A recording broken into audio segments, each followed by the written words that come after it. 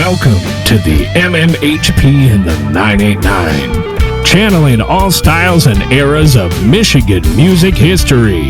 Recorded live from the Michigan Rock Legends Hall of Fame, located inside the Bay County Historical Museum. From the city by the bay.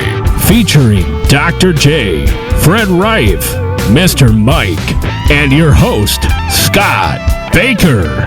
Brought to you by the 989 Podcast Network and the Michigan Rock Legends Hall of Fame, located at the Bay County Historical Society Museum at 321 Washington Avenue, Bay City, Michigan. Hey, our friends and family and fans here in the MMHP and the 989. This is our annual Hell's Half Mile 2024 version, behind-the-scenes information on the music and some of the films of the Film and Music Festival here in Bay City, Michigan. One of the most prestigious Sundance-style gatherings across the nation is right here in Bay City, Michigan, right in the heart of the homeland of our state here for the MMHP and the 989. The Michigan Music History Podcast is glad to bring you this information and give you a download of all the plans and procedures behind the choices behind the music. This year, of course, we have the man at the helm, Mr. Don Hessell, once again, giving the rundown on the bands and the choices and the performance areas, the places that they'll be playing at, as well as one of the originators, Mr. Jay Glysz, who is in the house. And we have a new guy, Mr. Spencer Biery here, who helped Don put this festival together this year. And all three are going to give their background and history, which is great this year, to give you guys a little bit of the behind the scenes from all the years at the HHM Festival. We want you to sit back, listen, and enjoy.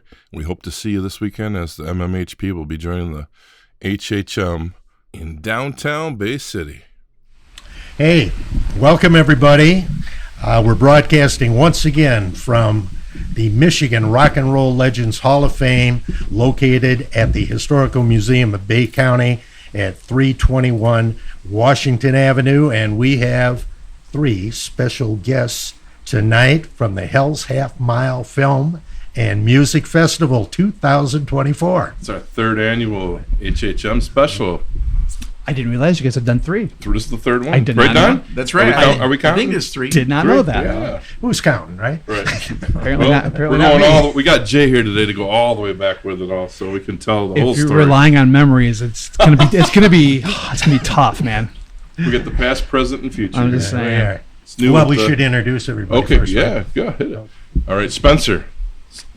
Hi. You're brand new to us. You don't. Yeah, you can back away a little bit. Okay. There you go. Yeah, I'm new. I helped Don this year with some of the music selection, and then also help him with a little bit cleaning up the music venue. Getting the building ready for it for Saturday night. It's a What process. building? What building? We're going to the Jefferson for Saturday Night Music, which is very interesting because it feels like a museum in itself. We're clearing out a full floor for it, and it's another one of those rooms that's funky, full of character and history. And when we do that for Hell's Half Mile, when we go into a new place, people show up because they're curious about it, but also it just adds atmosphere to the music itself, like the live show. Spencer, how'd you get involved in this? I've been coming to Hell's Half Mile for quite a few years, and I was at the Thursday night show, and Mitch Gill, who comes, he just starts talking to me, and you should meet, Don. She's the volunteer coordinator, and it kind of just took off from there. Yeah, so it's nice to have Spencer on board because bringing in newer young people that some fresh ideas. It's exciting to have help with this. This is the voice of your annual music master of HHM for the past few years, Mr. Don Hessell. How you been, Don? Very good. Just been very busy. I feel like this year I'm sprinting from one thing to the next, but I'm really excited for this year's festival. Got a great lineup of bands, and it's very exciting. I'm real interested in the Jefferson Building because Avram worked very closely with me and Miles Rosnowski and Nick Van Horn on putting everything up, framing a lot of the posters and photos that we have in the Hall of Fame. And when I went to the Jefferson Building for the first time, I said, Avram, you need to turn this into a disco. And of course, he was poo-pooing that idea, but I find it's going to be quite interesting to see it used as a live music venue. I'm real excited about Saturday night going over there and checking it out. Yeah, the building is really cool. Yeah, it's going to take us a bit to get there, but Deon always has a vision of how to make a place funky cool. He's great with that, and it's going to have a great stage. It'll sound awesome in there, and visuals. I think just walking in before even the music plays, I always like look around, like when we had it over at the warehouse and then the Dunlop. People walk in and they're looking around, like, where am I at? And I love that. And Deon, tell a little bit about him. He's always been behind everything since day one, pretty much, hasn't he? Yeah. Deon's been around a long time as far as the music committee, long before I was, right? Yeah, I mean, Deon was around from the very beginning, before he started getting super involved with the actual programming and things like that too. He was an electrician, so he would go into we were just starting to use, and they were just starting to use, the Masonic Temple. So there was a lot of work that needed to be done electrically. Yeah. So there was a lot of cleanup too, which we also did, but Deon was the one that went in there and made that usable.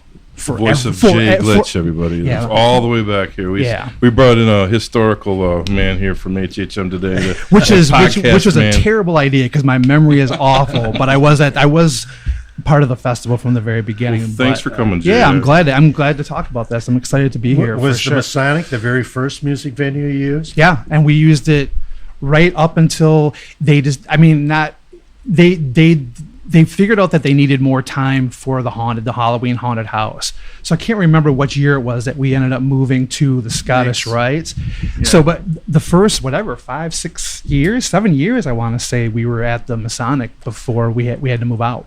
Yeah, the Masonic was where you had the artist that's my favorite so far, and that's the Matt Pond, PA. Oh, yeah. Yeah. And that was perfect because you showed the film, Lebanon, PA, that they did the music for. In fact, we drove the director of that film from the airport to his bed and breakfast on Center Avenue, and drove him back to the airport after the festival was over. It was really a lot of fun. Crossover was always something we were shooting for. If we could get a doc about a band or an artist, if we could get them, that was always a thing that we wanted. That was just absolutely perfect. Yeah. And the movie was excellent as well. It's like Poser with Damn the Witch Siren. That crossover was a great one too. Oh, yeah. I remember seeing Tone and Aisha there, and that was the first time I met Anthony Recca, and we've played numerous shows since then, just teaming up. I was wondering whatever happened, because I actually was getting emails from Tone and Each still, like after all these years still. Like they reunited last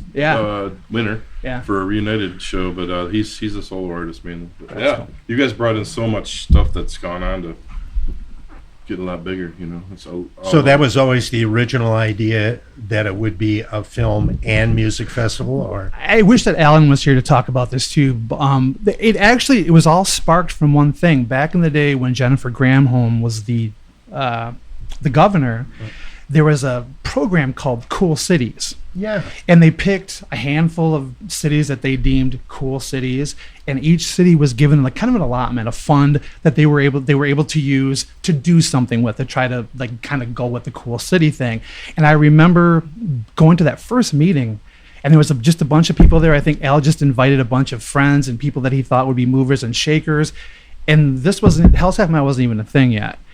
And so we all got together, like, what can we do with this money? How can we make Bay City cool? Forgot about that.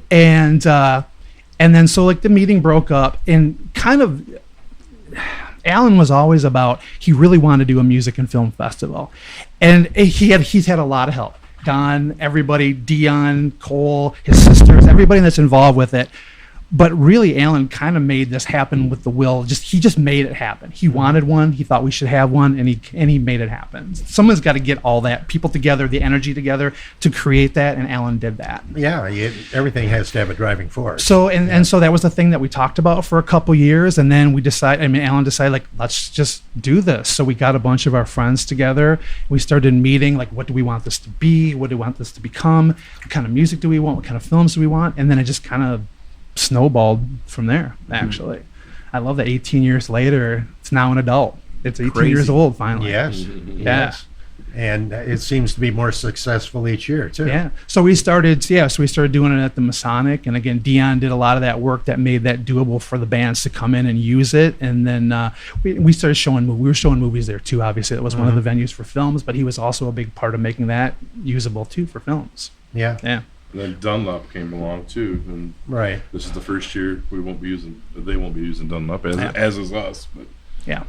yeah. But I feel like that's kind of almost a good thing with the festival too. Is I feel like I like the little tweaks. I haven't been as involved in the last few years, but I like how the opening party is always kind of somewhere else. If you start to do stuff at the same place every single time, I think people get bored of it. So I kind of feel like we're almost like forced. It's almost like such circumstances has forced Hell's Half Mile to like kind of like not evolve, but like just take on different aspects, different ways to do things that we wouldn't have thought of before. Well, this is the first year you're using the Bay City Players, Yeah, absolutely. which I think will be great. The one I don't know if I'd call it a drawback, but one of the really cool things about Hell's Half Mile the walking. is the walking. Yes. You could walk everywhere, Yes. and this would be the first year that really probably going to have to take a car to get to Bay City Players. Yeah, I feel like that was. I didn't know that. I didn't realize that they were doing the Bay City Players. I But I don't haven't think you gone to had the much festival in a choice, while. did you? So- We didn't know. Yeah, so it was really close as far as we don't use the state, and had we had like a month more time, maybe we could have pulled it off, but they don't even have a projector yet. But it's going to get there, and I'm excited for next year. But Bay City Players is going to be used for opening night and closing night. Then we're going to go to the Masonic for our third film venue. Then we have So Good Gallery, and then of course the Delta Planetarium for other film venue. Cool spaces all. All yeah, of us, yeah. I think original. so too. So I'm excited to see what Bay City Players is going to be like. Yeah, me too. We're going to do the reception there too. So we're going to stay there, do the reception there, and then the film. Give lots of people opportunity to know where it is. Oh, okay. Exactly. Yeah. All right. So then is J.W. Francis, is he still going to play at Old City Hall? Yep. So then the reception, the first film, and then you go to Old City Hall Yep. for the music. Okay, I see how that's going to work. All right. Yeah. It'll be interesting. Like you said, there's, it's not exactly walkable. We have people that fly in from all parts of the country, but we're going to be moving them around, get some transportation for those people that we fly in for Bay City for the fest. We got filmmakers, and so we'll transport them around back over to downtown, and from there everything is walkable. Yeah, great. Actually, the museum has got the dry dock for Hell's Half Mile weekend. Oh, perfect. And yeah. we're excited about that. We've got Bobby Balderrama playing on Wednesday night. Our very own Scott Baker is going to play on Thursday and Friday, and we're working on something for Saturday so that there's, because of the Hall of Fame, we wanted to have, at least some kind of a music component there. And, hopefully we'll get a lot of traffic with Hell's Half Mile, and it'll be another fun place for festival goers to go and have a drink or two and enjoy a few tunes. Yeah. We've had a couple bands there too. Like I remember at one point we had a couple different parties there, and we've had bands that played there. I think the Yeah. Hand Grenades were there one time. Yeah. Can't think. There's another Detroit, not the Prude Boys, but there was another trio I remember yeah. that played one time at the Can't recall, but I remember at yeah. the dry dock too. But Yeah. yeah, so it's cool. There's going to be music though. Yeah, That is neat awesome. space. Yeah. So it's going to be an exciting weekend in Bay City. Yeah, absolutely. Now, originally, I thought you were saying where you originally didn't know because the state was closed at the time. You were like maybe putting the music back at the Masonic and all that area again, but before Jefferson came along. Yeah, we were looking at that.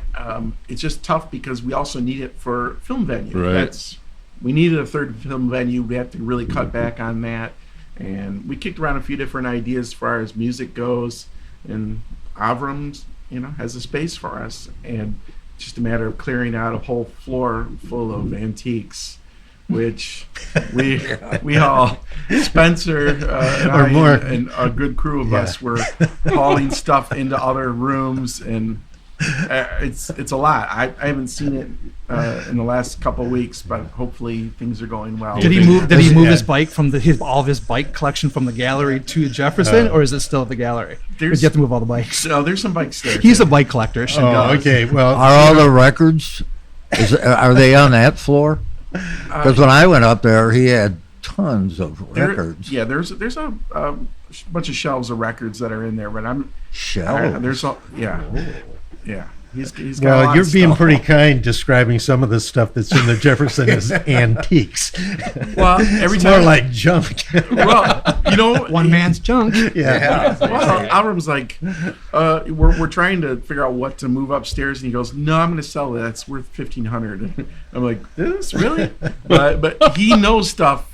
He's familiar with this stuff more than I ever Okay. am, so I don't have a good perspective at all. And Yeah, I he trust wants him. me to help in selling the records, There you go. but he hasn't called yet. So Okay. He's busy.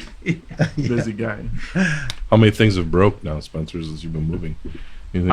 I think Two couple. I think just a couple. Okay. Yeah. We broke a couple things, Oh, darn. but they're fixable. Okay. Yeah. And not worth thousands of dollars. Yeah. Hopefully. It'll be fine. Well, it's a mirror and a. Oh, no. Yeah, but Bad luck. I was, who broke that? But then it also there's a separate mirror that matches it for it's part of a tabletop or so Damn. it'll be fine. All right.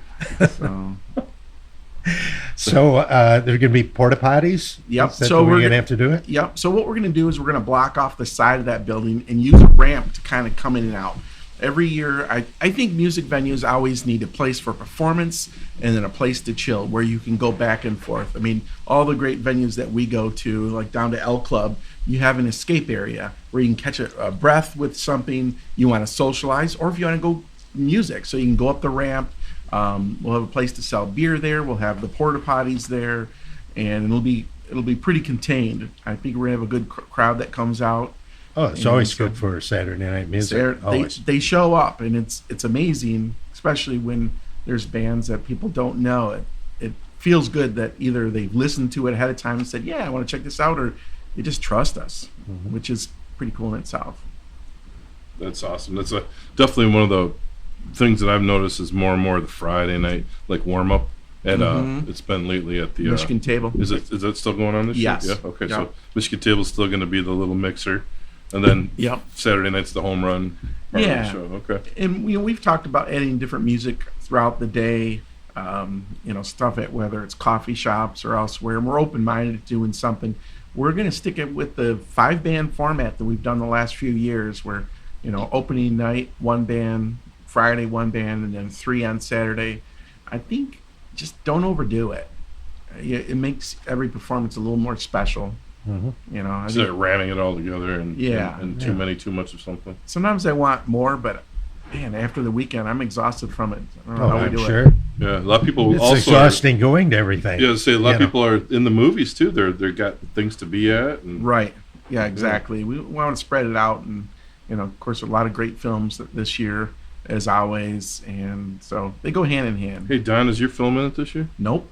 But you're on the road right now promoting one. Tell us about it. Yeah. So films Shannon is Strange, and Jay actually plays a part in this film. I am a walk on. He's a I am a run. I'm a run on. Yeah. He- It's very memorable, he's- though, Jay. It exists in the same I film appreciate that that. he Thank you. starred in, so it bridges the gap between the two. So it's Well, the you've same always world. said that with every movie you made, you want to connect the universes from movie to movie Exactly. to have some kind of something that passes through that's familiar from the film's previous, which I love that. Yeah. Creating your own little universe. So Alan and I, this is our second film together, and we took a lot of elements of things that we love. It's a very music-focused film. Has Michigan artists like Lightning Love and the Blue Flowers, and of course Jordan with his source of light and power. Is that right? Power and Yeah. Light? Yeah. So he contributed a ton there, and he did the score on it. And then Shannon Hardy, she's amazing. Everybody keeps asking, they're like, "Wow, where did you find all your talent? Like all these, these actors?" And I'm like, "Well, they're just. I feel like they're just being themselves, and that's really when you get a great performance. There's no stretch with it. But it's gotten into 18 film festivals so far. Oh, that's really good. And this last weekend, I was in North Carolina and had an amazing time. It was a sold-out screening. And this coming weekend, we're actually playing in Birmingham at the Royal Star Film Festival. So this is our Michigan premiere. Good for you. So Yeah. exciting. Yeah, that'll be cool. Maybe next year we can have it here, huh? Oh, or is it beyond that? No, we're not going to ever put it at our festival. It's a okay. conflict I of didn't know. interest. Yeah, I don't but know how that works. So we're going to do a screening here. And we did one screening already. We're going to have a second screening here. And I had this idea just the other day of doing a double feature. So we can do Eugene and Shannon is Strange. What do you think of that, Jay? I'm down. All right. I've been angling completely to down. get it for our little theater oh, cool. downstairs too. After you do all your stuff, and Yeah. Don is very possessive of his art. He's yeah. very careful at first Okay. of where it goes. Yeah, And we he holds it close to we his show chest. great respect and- for all the films Yeah. we show in the Robert and Ann Hatchell Theater. Yeah. And since it has a Michigan music connection, it's a natural for our theater. Perfect. Yeah. I'll for sure. keep bugging you about it, Don. Yeah, we'll get it in there. So He says non-committally. No, At some point. That's not true. It's not true. So give us a little rundown of this year's talent for the music portion of the HHM, Don, as you normally would. So we got things kicking off on Friday night with J.W. Francis from New York.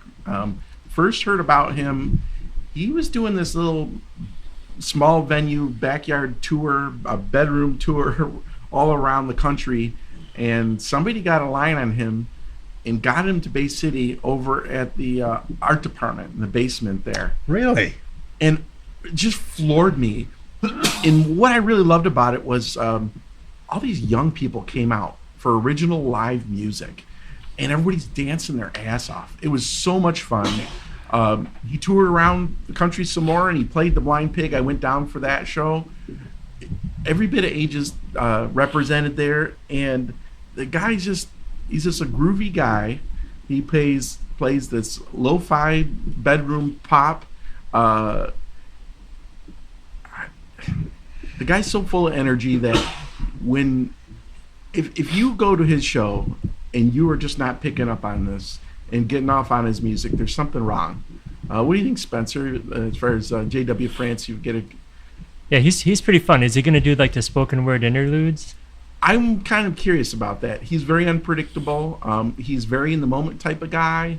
But I think this will be special. When we did the reveal party and we were announcing the bands, there was two in particular that everybody cheered for, and everybody cheered for J.W. Francis. And I'm like, y'all know who he is? I was exciting, So What was the other one? Liquid Mike. Liquid Mike. That one of all. There we So go. that's our Saturday night, and that's a big deal. It's a big deal for Michigan, and what these guys are doing in creating a name for themselves. We're floored by that too. They're from what's that town? Marquette. I think what Mike is floored by the attention that they have gotten in the last year. Oh, I remember that little Rolling Stone clip then too. yeah. So what was that quote? I thought I had that here.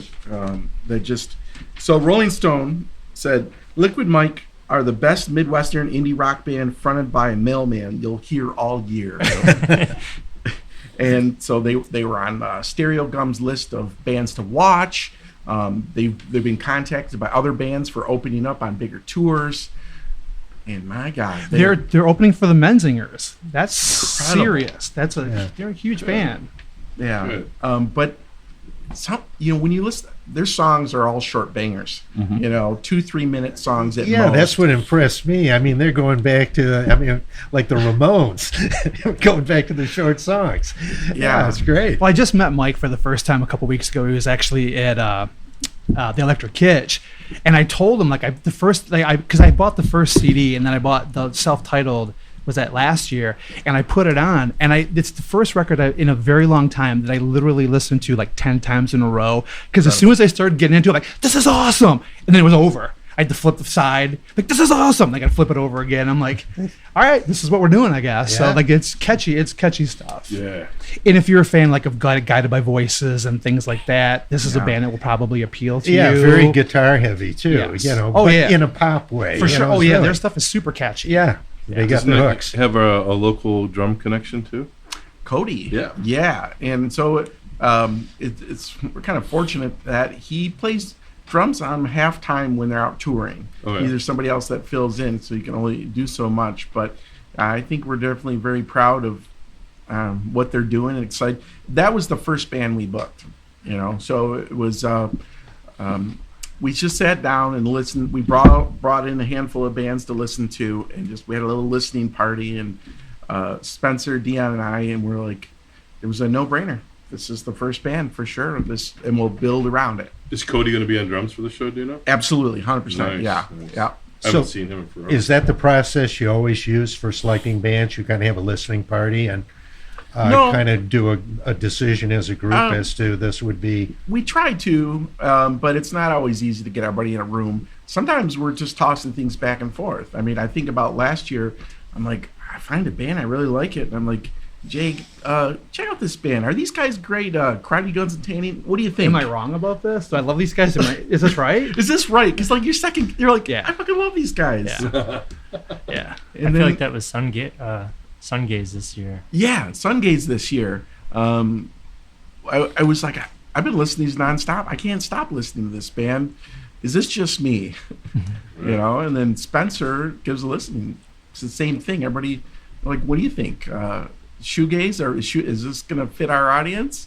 Yeah, that new album of theirs is really well produced. Really you know, it sounds like, you know, if you listen to their early stuff, it's this album where everything kind of came together and crystallized into probably what they're going to be maybe from now on. Yeah, they're going to be real good. Are they going to close, or have you decided the order yet? They're opening Saturday night. Oh, I feel like okay. they're a good way to ease things into it.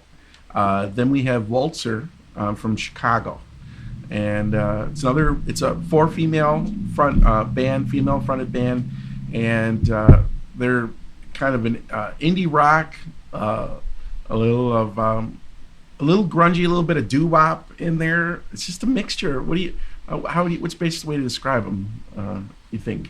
Yeah, I'd say it's how I describe them too. Like I was listening to one song, it's like this almost sounds like it's out of the 50s. Yeah, and they're very danceable as well at times. But the interesting thing is, I've been trying to get them since 2021. Well, we had the band Ganser in here for 2021. They lost one of their front people, and Sophie Sputnik, who's fronting Waltzer, took over that spot in Ganser. So she's doing her own band. Like I know, is that a real name? Was she born with Sophie Sputnik? It's a badass name. But I don't think it is. Chicago, right? Chicago, Yeah, right? right. So Yeah. we're goes. Yeah, we're very excited to get them here. You know, it'll be a fun night. Outstanding. And Spencer, tell us, you were involved in some of this music thing. Mm-hmm. Tell us a little more of your perspective of the whole thing. Yeah, it was really interesting. You know, going to the festival. Usually I go in blind. I kind of just kind of look at the bands real quick and then go. But then this time, like actually like digging into the bands and kind of helping decide which ones come. It's been kind of cool to see behind the scenes. And this is your first year doing that? Yeah. Wonderful. So were you directly involved in selecting Bluhm as one of the artists? Yeah, I mean, we discussed it. Yeah, it was one of those things that threw back and forth because we needed for Friday night Michigan Table, the sound in there. Synth pop just works better, and it works better for it's a party. It's a filmmaker party, Yeah. so something that's fun and danceable, but also the sound in there. I think It a lot bounces all over the place. it bounced Yeah. all Yeah. over, and if we had a lot of heavy guitar and drums, I think it gets such muddy sound in there. Mhm. So that's kind of what we were going for, but. Well, they're kind of the veteran band of this lineup, right? I was looking at, I couldn't believe how Been many around a albums while. they had out. How long have they been together? Honestly, I'm not exactly sure. I feel like it's been the last. Well, they got a lot of, I think, singles and EPs as Oh, well. okay. So, I mean, at least about 5 years has it been? I was thinking Oh, about that, okay. yeah. Yeah, they've been around a bit, but I think it's nice to get Detroit represented. There's so much great music there. Mhm. We've always had a lot of good luck. And then going back to Sungaze, it's Cincinnati. We are so lucky with that town. We've got numerous cool bands from It's Cincy for crazy. sure. Yeah. Yeah, so that's one of the places we look. We look in the Midwest where it's easier to travel here. Mm-hmm. We looked at Toronto and we looked throughout Michigan and just trying to get a blend of different genres and vibes, feels, everything. Well, that's a pretty good hike from Marquette to Bay City. It is. For Liquid Mike, have those guys been touring around? They've been jumping on a couple different tours and doing shows individually themselves. I know they did. I think they were. I don't know if they ended. Last time I talked to Cody, who is their drummer, our friend Cody, who's from Bay City, and he was saying they were doing some stuff with Military Gun. They would do these kind of like little short East Coast spurts where they would do a few weeks. But again, I'm not sure how many of those Cody made it to with his job, whether he was able to make it or not. But they've been consistently being able to get time off to do these little kind of mini East Coast tours. So yeah, they're on the road quite a bit actually. How did Cody end up hooking up with these guys from the UP? He went to college up there. Oh, and he met Northern Mike. Michigan. Yeah, he met Mike. He met Mike up there. And I remember when he went up there and he was like, yeah, I met this guy. All he does is play music and he records music and he just records song after song after song. I remember him telling me about it. He was so happy that I guess he found somebody they can get up there and they can. I mean, there's probably not a lot to do up there in the winter, I imagine. Right. So he was probably jacked to have somebody musical to hang out with. But it's probably, I feel like that's probably a pretty cool town more than I know. I've never really been up there before. Well, it's too. college town. Yeah, for It's sure. probably an island Yeah. of sanity in the UP. But I feel like any area, whether it's Seattle or Minneapolis, when you're like put in by the weather and you can't do anything, you be creative, you know. So we met Mike when he was going to school up there, and he was telling me about him a few years ago, and I'm like, I love that.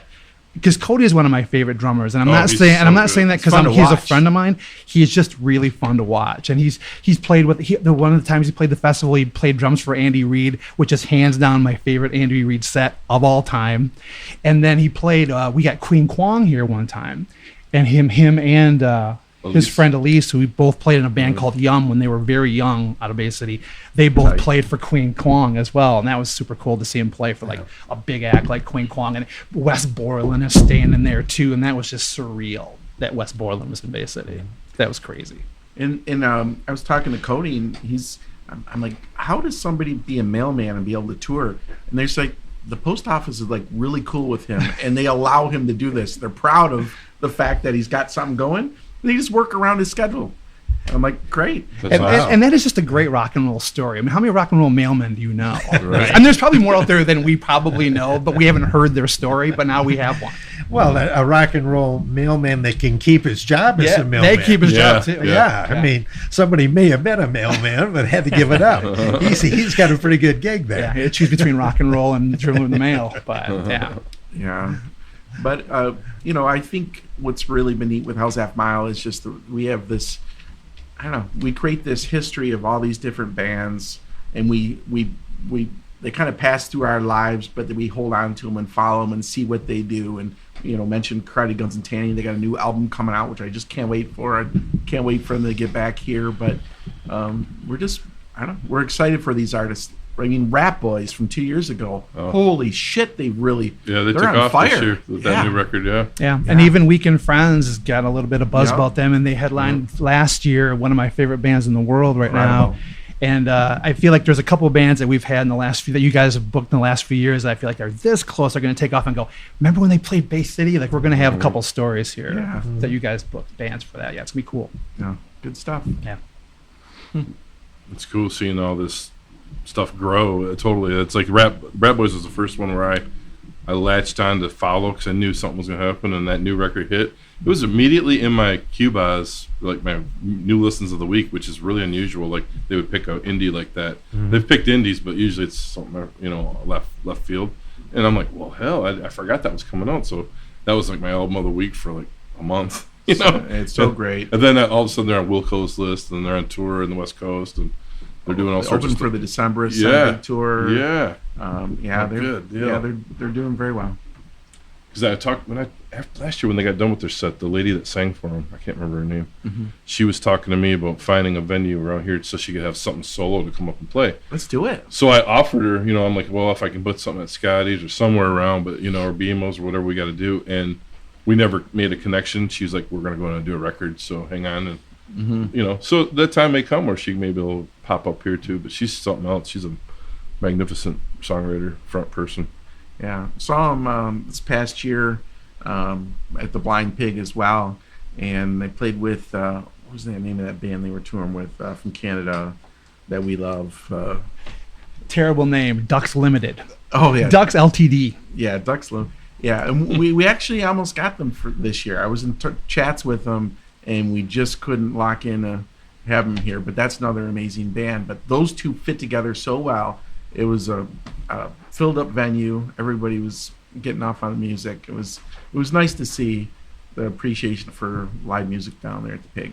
Is there any music movies this year that we need to talk about that tie in with any of these, or even music movies period that we could talk since we're a music podcaster? Let me think. Tallywhacker's on there.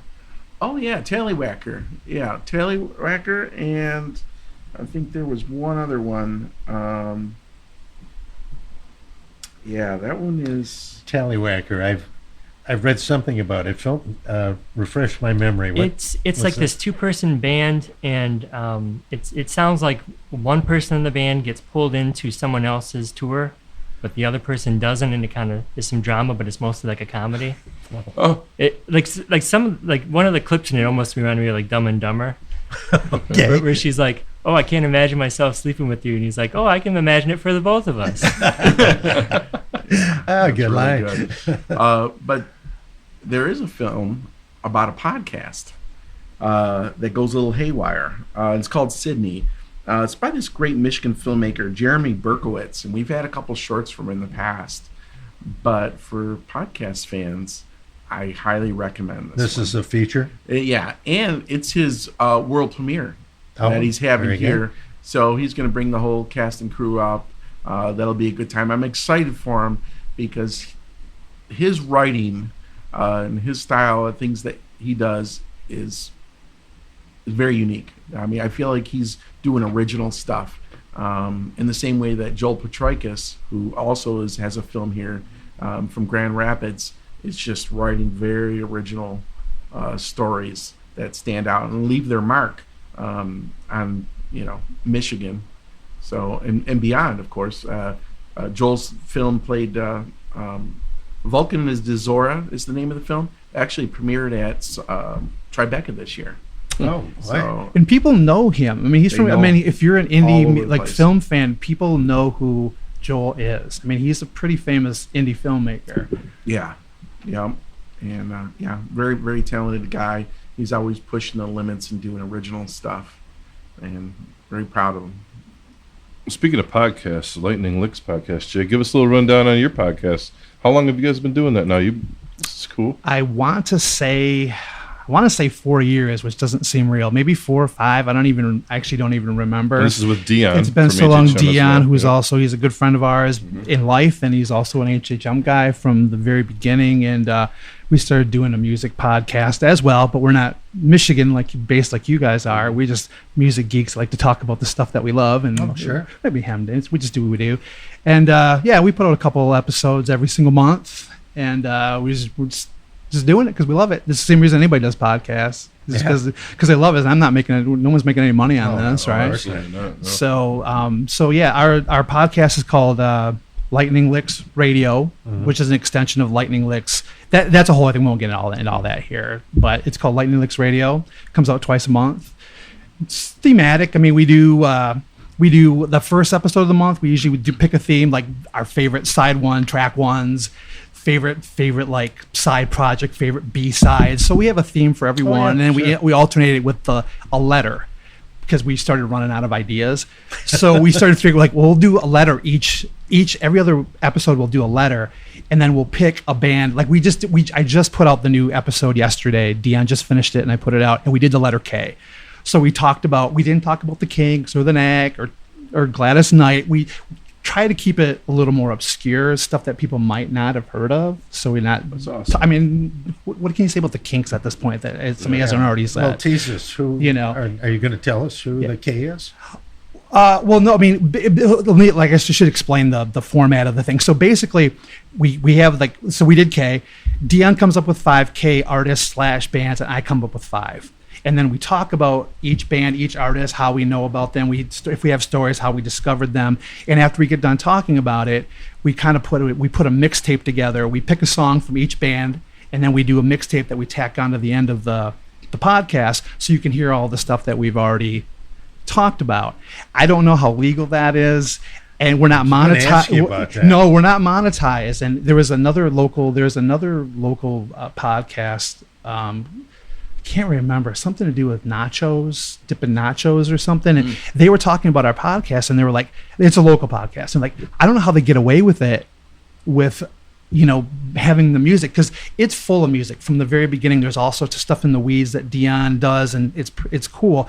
But they can't do anything. We don't get paid for it. Yeah, it's non-profit. So we're not monetized. So it's not like any other playlist that people put on Spotify. When I go on YouTube with these, and we have artists that perform, as well as the music, which I just use my own music usually as the beds. It copyright flies. It'll say Scott Baker songs on here, or it'll say you played a cover of Mamas and the Papas song in your set, and it'll tell you all the little tags. But only YouTube does that. And they see copyright control, then it'll say artist has already given permission to use, and I imagine someday it might not be the case, but I haven't had that issue yet. But every show gets copyright now because my stuff's all of a sudden flying up there. But like we have some dudes that do just straight covers. We bring them in for their original stuff. They play as cover tunes, and it's like, oh well, we're gonna put it on there. So well, the funny thing is you guys can edit this out if you want to. If it's not part of this, you can just edit it out later. But I thought you guys would get a kick out of this. So we actually had recently. We were contacted by Death Row Records, and we had one of our alphabet episodes was when we did G. We called it Nothing But a G Thing, and that must have sent up a flag. Oh, so Deon does all of like he's kind of the engineer. He does all of that stuff. I just show up and I just do my thing. But I don't know if he got an email or whatever saying like a cease and desist kind of thing. But they ended up taking it down. They ended up taking the whole episode down. And so Deon kind of had to reconfigure it and kind of get around it. So we were able to get it back up. But that is that just because the title of the episode? Yeah, and it must have threw up a red flag somewhere. wow. And like you wouldn't think anybody in Bay City, like somebody from Death Row, like I don't know how you come up. I'm a total tech tard, so I don't know. That's exactly how it happens. The interwebs and all that, it's all that thing. Like I don't know how they find that stuff, but I'm like, so that was like kind of our whole thing is like that we were taken down by Death Row, and I'm just glad that Suge Knight didn't like lean me out of a balcony by my ankles, or Deon. I'd hate to see that happen. Yeah. We don't hear from you guys for next year, so so we'll search for it in the archives. Yeah, so we just do our thing, and then the second episode, which has actually turned in one of our fun stuff, and a couple people at this table have been on it.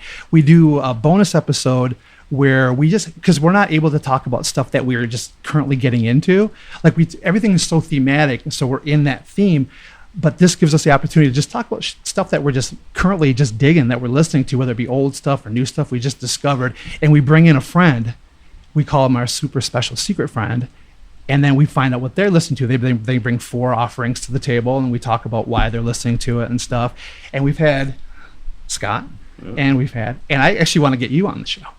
Oh, okay. That'd be great. Sure. I'm gonna put you on the. It doesn't have to be Michigan. I love everything. No, I know you don't. I know you do. I should have said that up there. But I figure since we have here and we're recording, I'm gonna go ahead and put you on the spot. Okay, sure. You can say no though. That's what I do.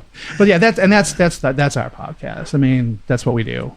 I think just music nerds talking about records. Basically, you know, that's where all the best referrals come from. Is when your friends that you really trust in music. Mention bands that you've never heard of, and then just take a deep dive. I mean, yeah, you can go in there, you go into Spotify and stuff, but when it comes to recommendation, like the band that I just started listening to that I've seen the name around, but Fontaine's DC. Yeah, Fontaine's DC. Holy crap, I love that band. Right new album's really it's good. Phenomenal. Floors me. Yeah. Oh my God, so good. I just read where they got on the wrong side of Liam Gallagher. I saw that online today too. Yeah. There's a little bit of a spat going on. Yeah, we go. Where do you listen to your new stuff, Gary? You're tuned right into what these guys listen to. Well, I belong to Apple Music now. Don, what do you listen to? And yeah, they have everything. I go all over the place. There's certain. I mean, I do Spotify in terms of just checking out music, but I don't know. I'm amazed at how tuned in the generations are here. This is cool. Gary always is way ahead of me on this shit. So I'm always kind of blown away the All. Have you guys ever go on All Music, the All Music site? I mean, they turned me on to a lot of interesting stuff. I like to read the reviews there too. Yeah, the reviews that's are always right. real good there I too. check on that every Friday. It's a lot less see what's on pretentious there. than like. Yeah. I wrote a lot of those. Did you? Cool. All the Detroit blues guys. Oh, I got to go back and read some of those too. That's Yeah, awesome. yeah. Yeah, and I love their reviews because it's not like when you what's the big trendy Pitchfork. It's not like super like pitchforky. These I are don't just like people again who Pitchfork. just love music. They're not trying to put all the words in there, all the fancy words that they know. This is Yeah. the music and this is why we love it. And it's a little more user friendly than I think Pitchfork is. Jay, you're very record collecting, and which is most of us here. Yeah, we all are music geeks. Tell me what you use though to do some skimming on the net. What's your Honestly, output? I saw a meme a few months ago, and it was a young girl. I don't know if it was a Twitter post or whatever, and she made a comment about old guys drinking whiskey and watching YouTube. Almost all the new music I discover Is on YouTube? is YouTube. That's and how I and do then it I a start lot, getting too. on there, and then you start to get all the recommendations, and that can be a Pandora's box you don't want to open. Well, But none of YouTube the is time you do. unbelievable, not only for new stuff, Yeah. but some of the most obscure records Yeah. going back to the dawn of rock and roll. Can I say, Wow, it's unbelievable. talking about YouTube, I just want to bring this up. So we've been doing the podcast probably for about 5 years now. And so the process that we do is I will pick my 5 songs, Deon will pick his 5 songs, and we'll send each other the YouTube link so we can hear, because we usually will sit together and listen to them before we record, but we kind of want to have an idea of what we're getting into before we actually meet up. There has not been there's probably, as long as we've been doing the podcast, I think there's probably been like 2 things that hasn't been on YouTube, and we get pretty obscure too, but all of it's out there. Yeah, Almost all of it's it's out there. It's amazing. incredible to me. Spencer, how do you get your input? I've been lately going on Bandcamp and Spotify. I'm a for the Bandcamp most part. user. I have Cubase, which is my purchase. So instead of Apple, I've gone that route. I will not support Spotify. I just don't go there. I won't do it either. That's just as a musician it's for me. But definitely use Bandcamp all the time. Like that's my independent outlook, and they have a lot of cool front page stuff, which is not always formidable to what like we're discussing, but like it goes to every kind of music is in that. Right. Well, and you can Which is listen to very world. everything Yeah. that the 5 artists are playing at Hell's Half Mile. I mean, you can go through their whole catalog Yeah. on Bandcamp. On Bandcamp, Yeah. right? It's I amazing. thought we talked about That's that what I last was year. so- listening to before Yeah. the show Right. after, just kind That's of so going cool. through. And the 5 if bands you for- like it, wait till Friday and buy it on Bandcamp Friday, because if you buy stuff on Bandcamp on Fridays, the band gets the money for that. They get First paid, Friday they of the get- month They get usually. paid for that. So yeah. And the last Friday was the first one of the year for the season. I thought it was every Friday. It's just the first Friday of the month, and it's only specific. They took summer off. Like the last one prior to that was April. Then there was none in May, June, July. You know why? What do 'Cause- they do the rest of the month? Then It's just one day a month. Usually the first. They started it during COVID, the first Friday of the month, and they did it every month through COVID. But then starting 2 years ago, they started skipping summers. Don't know why. Don't know why they skipped the It summer. got taken Well, over by what's another what's company. the though. payoff for the rest of the time? It's Is it like if you get a Apple $10, if you no, it's way better. If you get a Okay. $10 record, you're bringing home about $8.90 to $9.10, depending on where it's Really? at. Way better than But streaming. on the day, like they'll take their first cut for placing it, which is like 20 cents. But everything throughout the day comes in 100% on Bandcamp Friday, so you collect the entire fee. Goes right to your PayPal or bank account, which Wonder is how why they can keep going. How are they making money? it's got to be through ads or advertising. however they're doing. Yeah. They got a new. They Well, got you a have new to get on the people, though. YouTube because they just were taken over by somebody else. And I was watching a video earlier this year, and Anthony Fantano was talking about how the people that are taking it over are making it a lot less user friendly and a lot less cooler than it used to be. And people are pretty. I don't know who bought them out. And then if you Google it, you can probably find out the whole story. But I've heard tell that There is one. the cool new thing. changes are not as good as before. One cool thing that did come out with those, they decided to take taxes out for big artists like that want to get on. Like Sonic Youth is doing their back catalog and unreleased live shows. Like certain bands are going, well, look, this is perfect, and they don't have to get taxed anymore on what they're doing as a record company because Bandcamp's just taking care of it right off the bat, so everything's a direct fee. So you put yours up for 12, you're going to get 10, that kind of thing, depending on what it is. But yeah, they're doing it. They got tons of stuff on there now. It's a whole other world on Bandcamp. It's definitely blew up in the last few years. Well, I think what Fantano was saying was that they were kind of almost using it. hate to say this, as a clearinghouse for soundtrack music. I think they were trying to get a library of music together that people who were making films, whatever, would come to Bandcamp looking for a certain sound or a certain song or a certain thing. So they're kind of almost like a middleman for, I guess, for cinema at this point. I mean, if I understood the story correctly. Well, boy, that's a big break for any band that can get a song on a commercial or in a film or a TV show. Yeah, That's a Jim big, O'Rourke's big huge break. on Bandcamp. Yeah. Like that's someone that Jay and I listened to. He used to play, in Sonic Youth and produce Wilco, and the dude just does soundtracky stuff in Japan now, and everything he does is front page news on Bandcamp. Like it's a huge thing, so I can see that because a lot of times it is very soundtrack oriented that comes into the feed. Yeah. Where do you go for your music now, Fred? Just still digging the archives? You're the picker. Well, probably YouTube. Yeah. You spend know, a I lot have to do a pick of the week every week. Yeah. So I Come go on, you love it, Fred. So I've look at other things. You've had some both of you guys have had some fantastic ones lately. There's some good stuff going on. Well, sometimes I can't believe what's on YouTube. And more and Some more of every these week. old things, I'm going, wow, Yeah. Washboard Willie? Yeah.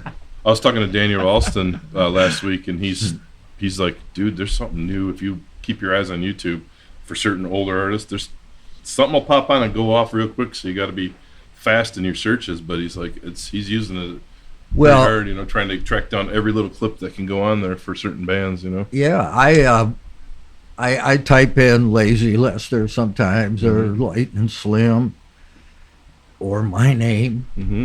and I find things on there that I go, wow, how did that get on there? That's cool, man. Like a concert we did in Finland. Huh. There it is. That's cool, Fred. I love that. YouTube's brilliant for just yeah, it's nitpicking at amazing. night. And I'll sit there at night with a whiskey and browse YouTube.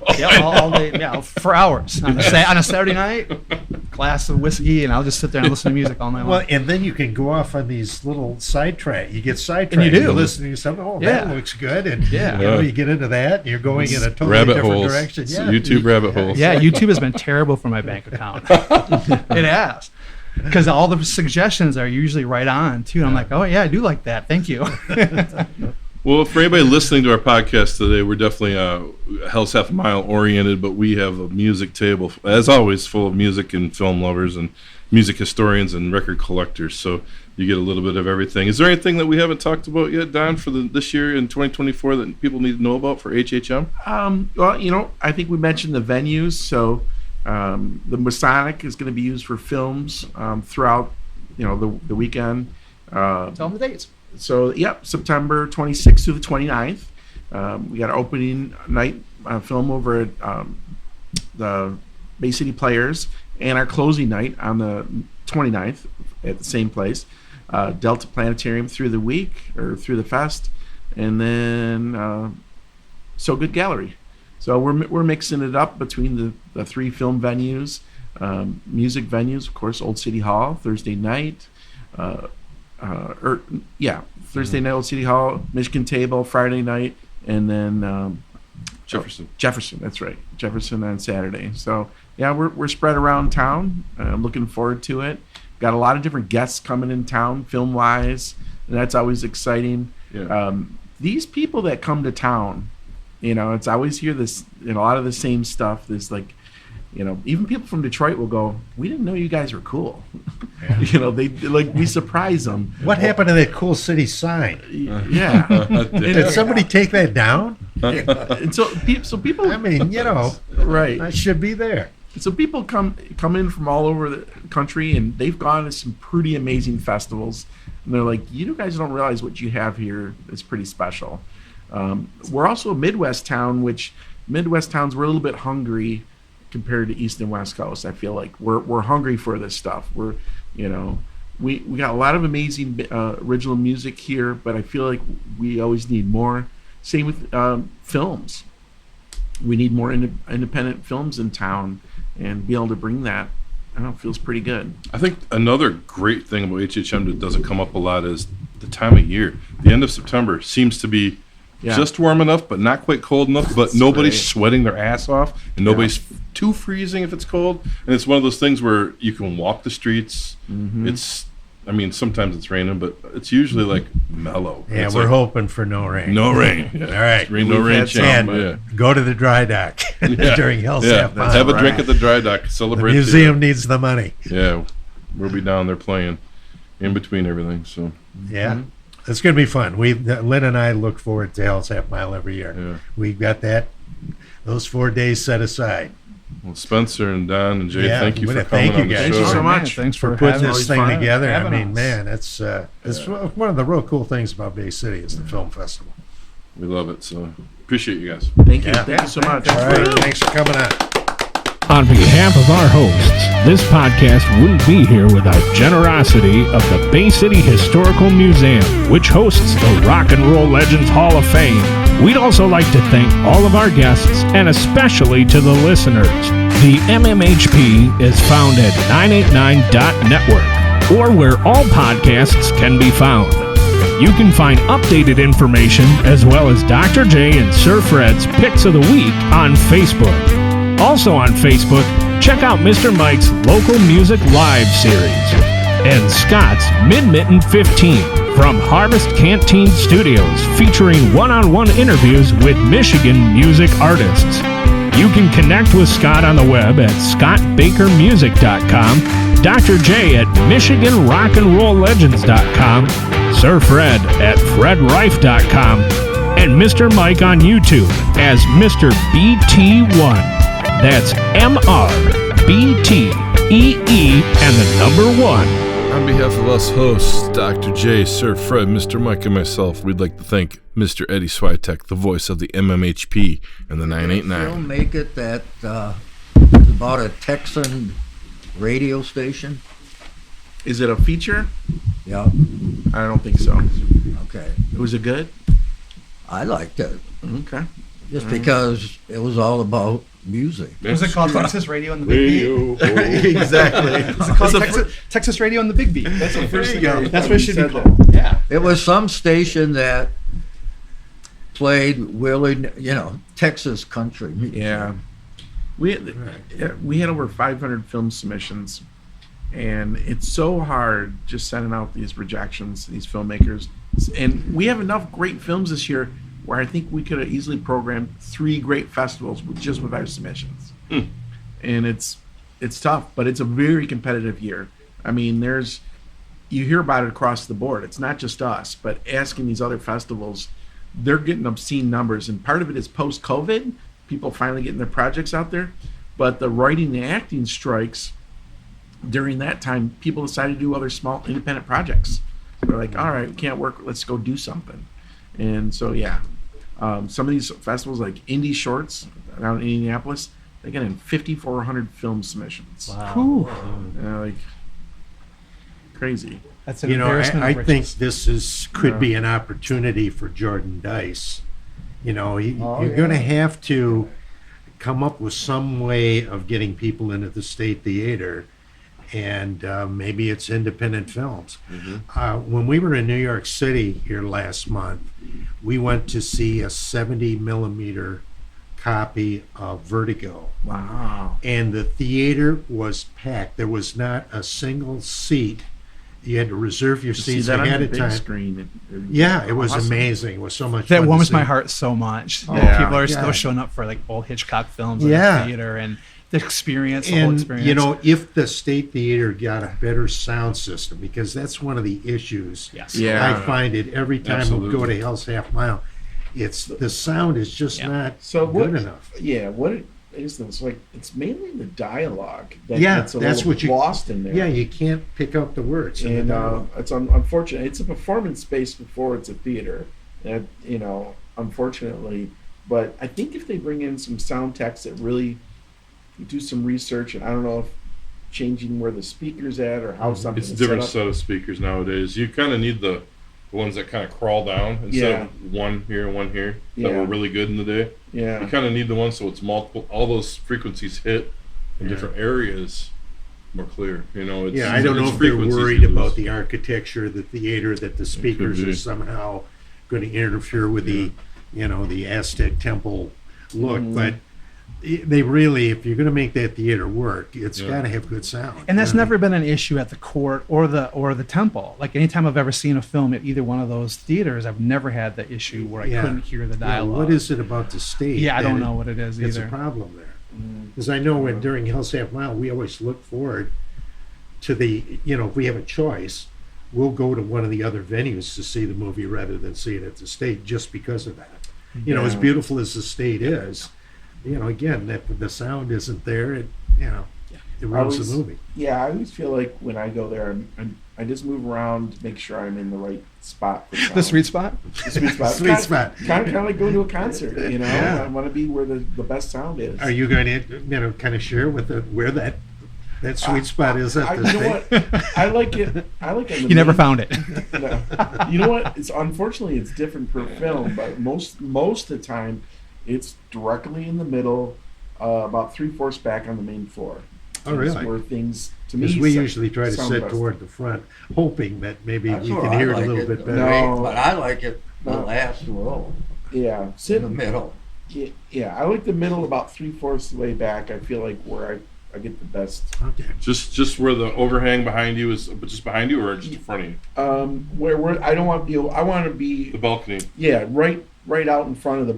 In front of the balcony, right? Not underneath. Because when it hits that's Right. where I think it's losing the definition. Yeah. But being up there, you can hear a lot, but it's also got just consonants that die up there. Yeah. It's weird. It's a Yeah. strange spot. I don't like to watch a movie from the balcony, though. No. I like just to love the be- balcony. Yeah. I like the balcony. Do you? I- Okay, yeah. I guess to each their own, Yeah. right? Well, we'll see what he does. It'd be cool to have Yeah. a sound system Yeah, brought I in, hope though. he- Upgrade of the sound he- system Well, he somehow. sounds like a Utilizes guy who Yeah. willing to And they put gonna money sell into the it. St. Lawrence stuff he has there. Great idea. Like Yeah. Cross merchandising, of course. That's so perfect. Yeah, and it's your own stuff, even better. So He even opened up a St. Lawrence in Midland, I think. It's at the mall. The mall. Yeah, and that was a chancy purchase, the way malls are going now. But I think he looked at it, it's so close to 10, US 10, that maybe that makes it a little bit more of an easier mall to get to than, look at the Bay City Mall, you have to drive quite a ways off the highway to get to the mall. and Essex Phil's even further out heading towards Oh, yeah. Sea or Hampton. Yeah. So that might be the reason why that mall is struggling so much. Good luck to him. I hope he pulls it off. I hope he's Yeah. able to bring people back. Yeah. So, I mean, first thing is, of course, the projector, but he's got the money for it, so I'm looking forward to see what happens. Yeah, there. you hope he does it right. And Yeah. he gets some good advice and really turns that into a showplace, because it's absolutely beautiful. To think of that theater boarded up, Mm-hmm. Right. man. Yeah. And we actually had a couple of filmmakers that had been to the festival that actually had posted on their Facebook page the M Live articles. Like our friend Mark Covino, who did a band called Death. He's like, I love that theater. I love my film in that theater. So there was actually a few filmmakers that were kind of bummed out that the state was closed because they dug it. They dug it, especially having your film in a big theater like that, Right. full of people. It's pretty It's badass. charming. Yeah, it's charming. Yeah, it is. It's a great Yeah. spot.